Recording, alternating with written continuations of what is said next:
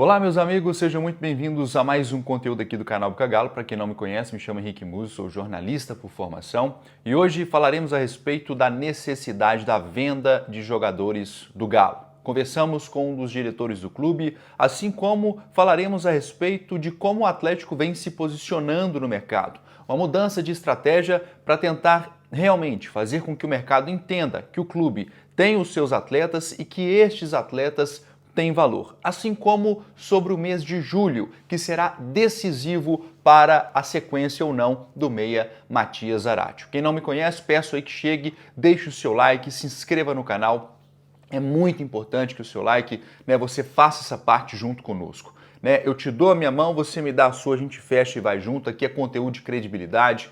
É coisa séria, jamais colocaremos uma capa aqui para você chegar e não ver o que de fato estamos propondo a você. Então deixa o like, se inscreva no canal e o principal, ative o sininho de notificação. Tem muitas pessoas que às vezes me perguntam, poxa, eu adoro o seu conteúdo, eu gosto, mas eu não recebo a notificação. Se você não ativar o sino, você realmente não receberá. E claro, tem que se inscrever no Bucagalo. Deixa o likezão, vamos então para a primeira pauta. Conversamos com um dos diretores do clube, que em uma conversa muito franca, inclusive, obviamente a gente não pode citar o nome porque isso envolve não só o presente, mas o futuro do Atlético. Tem certas coisas que a gente realmente não pode expor, mas a informação, ele disse que a gente poderia realmente falar isso aqui. Então, o Atlético hoje tem dentro do balanço financeiro do ano de 2023, a necessidade da venda de alguns atletas ou de um jogador, por exemplo, a depender do custo que este atleta vai entrar nos cofres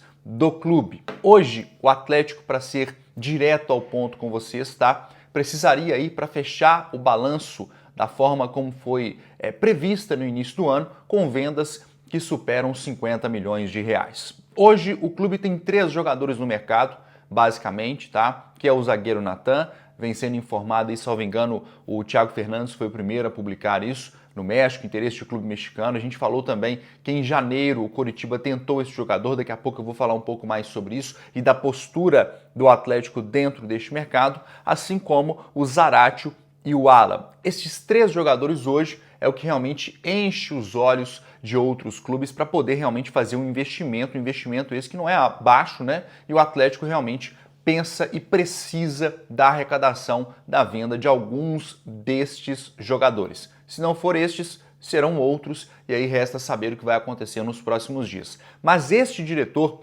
resumidamente, foi muito claro dizendo o seguinte: precisamos seguir o planejamento, Henrique. Não há outra forma e o futebol brasileiro ainda depende, ainda caminha com a venda de atletas. Não temos sócios o suficiente para a manutenção do clube, não temos a venda de ingressos suficientes para a manutenção do clube e muito menos uma folha salarial que é baixa. O Atlético tem hoje, para que vocês tenham uma ideia, 20 milhões de reais só de folha salarial. O que vem além da folha? Outras coisas. O clube começa o ano com uma dívida de 90 milhões de reais de juro e correção de circunstâncias que foram feitas lá atrás. Não vou entrar nessa celeuma porque é um assunto que vai gerar realmente muito debate aqui, Cada um vai defender o seu lado, mas certo é que o Atlético entra ano, sai ano com a dívida de um ano de 70 milhões, de 80, agora já está em 90, então todos os anos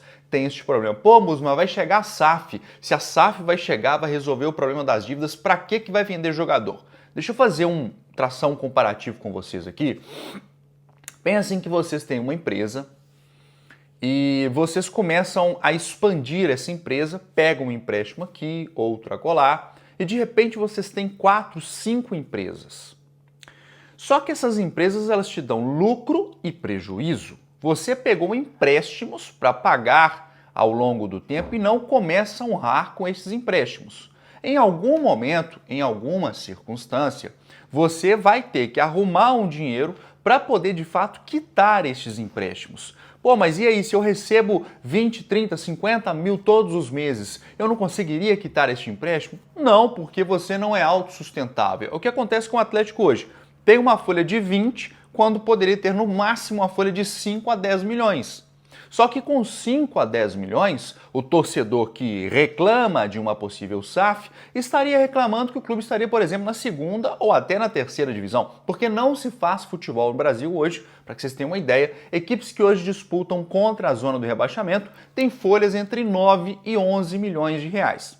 Ou seja, imaginar um Atlético com uma folha de 5 a 10 milhões é impensável. Qual é a solução? Traz a SAF. Se vem a SAF, não precisa necessariamente de vender jogadores, não é isso? Não, porque o clube vai pagar as dívidas, mas de alguma forma ele tem que fechar um balanço no fim de ano tendo lucro e não prejuízo. O objetivo de uma SAF, sendo bem direto e honesto com vocês, é gerar lucro, independentemente do valor que é injetado de início, o clube tem que gerar lucro. Deixa de ser uma associação, passa a ser uma empresa. Vamos então para a próxima pauta.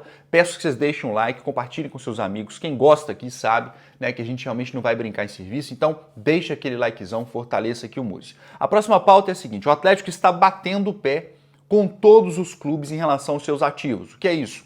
Antigamente, chegava um clube qualquer aqui e dizia o seguinte: olha, você tem um jogador X e o Y. O X vale 10 e o Y vale 5. Eu te ofereço 5 no que vale 10 e 2,5 no que vale 5. Pode ser assim? O Atlético chegava e por necessidade vendia.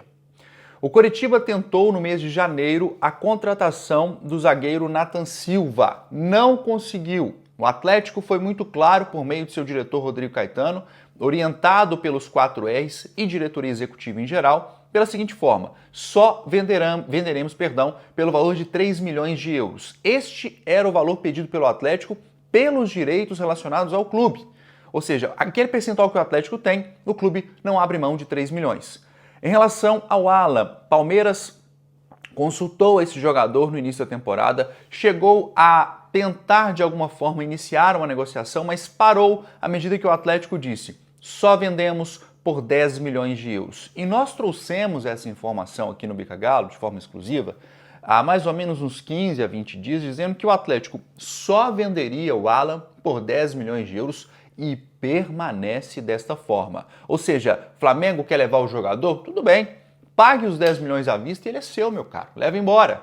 Não queremos trocar jogadores, queremos o dinheiro. Você vai pagar? Então leva embora. E para mim nada mais justo do que isso. Se a gente falar sobre Nathan Silva, até ontem ele era reserva. Hoje para o torcedor não pode negociar por 3 milhões de euros porque é pouco dinheiro, não pode. Gente, convenhamos, não é nenhum craque, não é Beckenbauer, não é nada disso. Não é Nelinho que está ali na zaga, é um jogador ok, tem força física, tem suas características sim de imposição dentro de jogo, mas eu acho que se chegar a proposta, ó, malinha para você, pode ir embora, porque o Atlético tem aqui que resolver as suas contas. Assim como com o Alan, 26 anos, jogador que está caminhando para 27, 10 milhões de euros, não vai conseguir mais do que isso. Há uma diferença muito grande entre querer e receber, tá? Esse é o ponto-chave dentro do futebol que o torcedor tem que entender. Ah, o Alan vale 15 milhões, o Nathan Silva no mínimo 10 milhões de euros. Quem vai pagar, cara pálida? Quem é que vai pagar?